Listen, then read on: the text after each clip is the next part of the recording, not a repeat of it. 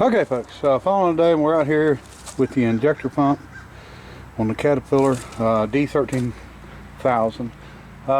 Somebody had said that this, from the numbers, the power unit or the pony motor was in 1945, and for all I know the engine might be, but I had posted the numbers of the engine on a board, a Caterpillar collector's board, and they told me it was a 38, so I'm just going under the assumption of what they said, so maybe not, who knows. Anyway, it's old, before I was born for sure. So what we've got here, so this rod actually goes up to the flyweights for the governors toward the front, and we don't know what's stuck yet, okay, so but I'm assuming it's probably the injectors that are stuck. So we've got a rack here that moves back and forth, and there's markings on this rack for timing. But what I want to do, I guess I'm going to pull it off there, and we're going to see if make sure that this is moving, and then that's going to tell us for sure that the injectors are what's stuck, which I'm pretty sure they're going to be. That's going to be our issue, and don't know how many are which, but I do know we can't pry on them or anything. We're going to have to figure out how we can get them unstuck without any issues. That's the last thing we want to do is mess it up, because if one of them gears actually turn on the shaft, then we're going to be out of time. Our fuel delivery is not going to be right. So anyway, let me get this rack out of here and see if we can figure out what's going on. All right, here we go. We got it off. As you can see, we're moving good. And out of all of the pumps here, only one of them is unstuck. All the other ones are stuck. So first thing we'll do is try to spray up inside. I don't know how well that's going to do. If we have to, we can pull the injectors off. It's not a big deal. Or not the injectors, the pumps. I keep calling them injectors, but we'll just keep playing with them until we get them spinning free and loose. And like I said, it's my understanding that these, you can see this Allen screw, is just clamped to that. So if you was to force this and slip it on that shaft, then your fuel delivery is going to be completely off. We want them all to move like this. So we're going to have to play with them for a little bit here, see what we can figure out. And like I said, we'll probably end up having to take them off, I would say. There are marks on them, and then this rack has got lines on it. There's 6 lines, and if you line the dot on there up with the line on the rack, that's how you time it. So shouldn't be an issue to time it. We just need to get them freed up, and then like I said, that's the only reason I think we had one of them pumping right here, and that was it. They all should move that free. So, at least we know what our problem is, right? That's the good part, and I think we can maybe get it figured out. All right.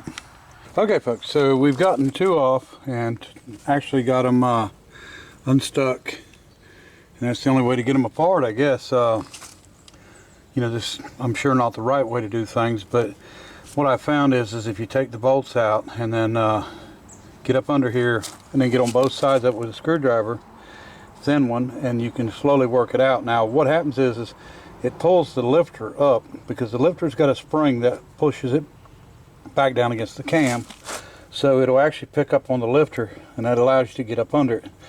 And once you get it up so far, of course, something's got to give. So far I've been really lucky about the shafts have been coming out of the pumps. So the tolerances are so tight inside here. This is what creates your pressure, but by turning, as you can see, this is sort of shaped like a drill bit. As it turns, that is what adjusts how much fuel goes into your goes through your injector, or through your pump into your injector. And so what we're doing is while they're hooked down here, we're just pulling them apart. So far we haven't broke anything, and they have freed up. And then once you get them cleaned up and working good, They should be fine, and we can put them back together. And we're keeping them in order. We want the same one to go back in the same hole, and so far we're getting it. We've got well, 4 more, but one of them's unstuck, so we've basically got 3 to get unstuck. We've gotten 2 done, so we can get all them unstuck and we'll get it back together. Now, this is not the correct way of fixing this thing, don't get me wrong. You know, we're not taking the injector pump off and rebuilding this stuff, but we don't know anything about this engine. We know it has oil pressure, it rolls over, and I don't hear no bad clunking. That doesn't mean that it don't have a bearing out or something like that, and because I have no clue. Don't know how long it's been since it's been started. It's been a lot of years, but the main thing is to get it running. And you know, if this takes care of the problem, and it, you know, they're not, you know, giving any issues or anything, then you know, that's great. But I mean, if it's you know, if you don't have to mess with something later, you won't mess with it. But you know, the main thing is not to change the screws or anything on the adjustment of the fuel delivery. We don't want to adjust the height of the lifters. That's one of the reasons we want the same injector back in the same hole, was because they're adjusted for that injector. And I'm sitting here calling them injectors again, but they're pumps. But the pumps for the injectors. But anyway, that's what we're getting at is just don't change any adjustments on it if you're going to do something like this. And then, you know, this is the main adjustment for the governor, so definitely don't want to mess with it. And we'll just continue to get this apart, and then we'll clean up the pumps. See, I didn't say injectors that time. And then we'll get it back together, get it back in time, and we'll see if this thing's going to run. Maybe not. We'll see. I mean, it is what it is. Here's our fuel inlets to the injectors, and it goes in, shoots through there. If there's any leak, there's some troughs down here. It catches it and pours out the far side and into probably a line through there that's made for collecting it, I guess, and that keeps it from mixing in with the engine oil, the diesel oil. But really, you know, simple setup. You just got a cam that looks like an automotive cam under there, and you know, it have 6 lobes on it, and that's what times it, you know, to open the next one when it needs to. And that's also what, you know, opens the injector, pumps the pump to put the fuel to the injector to open it. So not a lot to it. It's pretty primitive. It's just, you know, it's a 6-cylinder, so you got to have 6 of them. So anyway, we'll keep at this and get these cleaned up and back on, and then maybe we'll get this thing fired up. Okay, folks, got them all out, got it all apart. Didn't break anything, surprisingly. Now this one is entrapped in there, and the only way I could get it is if I turn the adjustment on the lifter, and I don't want to do that, so we're going to clean it up. Now, to put this back together, when you put the rack in, I'm not sure how they expect you to put it together, but to get it in time, you about have to look down through here to get the dot lined up on the shaft. So I am going to say, and I'm going to claim that, put all these in first and then put the pumps down on top of them, and that's going to be the easiest way. But we're going to get it all cleaned up yet, and I don't think we're going to have any issues. Now, some of you may remember a long time ago, I had a Celic forklift that I had bought, and the injector pump was stuck on it from sitting for years, and basically this little end of it I broke off. Now, luckily I didn't break any of these pulling straight up on them, but I broke that end off, and I actually welded it back on and ground it and put that thing back together, and it's still running right now. The guy that's got it, I know, and he uses it pretty often, so we got real lucky on that one. And so anyway, we don't want to have to be welding anything we can keep from it. I'm going to try to get this cleaned out really well and blown out. We don't want to leave any trash in here at all. Now, we're not going to be able to, these are just well, they're a lot like a sink washer, the rubber, but they seem to be good. We're going to leave them alone, clean them up. I didn't like the way that a lot of them looked like they had, someone put them over it, and it looked like they had pieces of the rubber stuck down in there. And now that would be easily enough to stop an injector pump, because the tolerances are so tight on it. You can see some of it up inside that one. So there it is, it fell out. So we want to make sure and get that all out and clean these up really well. And then we can get this surface clean, start getting this thing back together.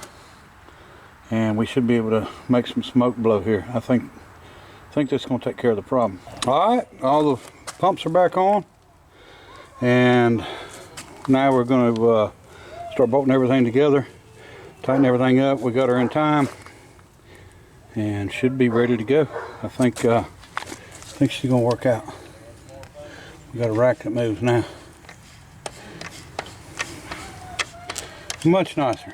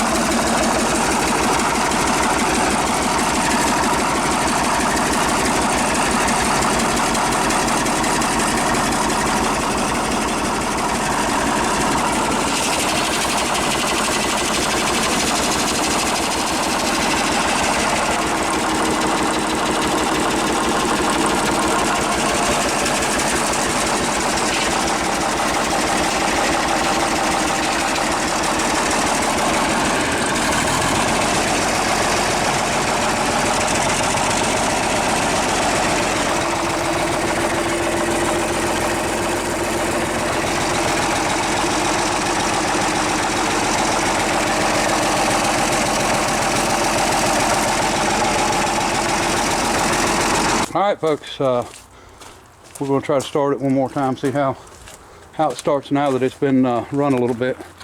It's a little bit warm. When I say we're, I'm talking about me and Joseph here. The pot liquor. That's Mr. Pot Liquor. Mr. Pot Liquor. Mr. Pot Liquor. Alright, let me see. Bam.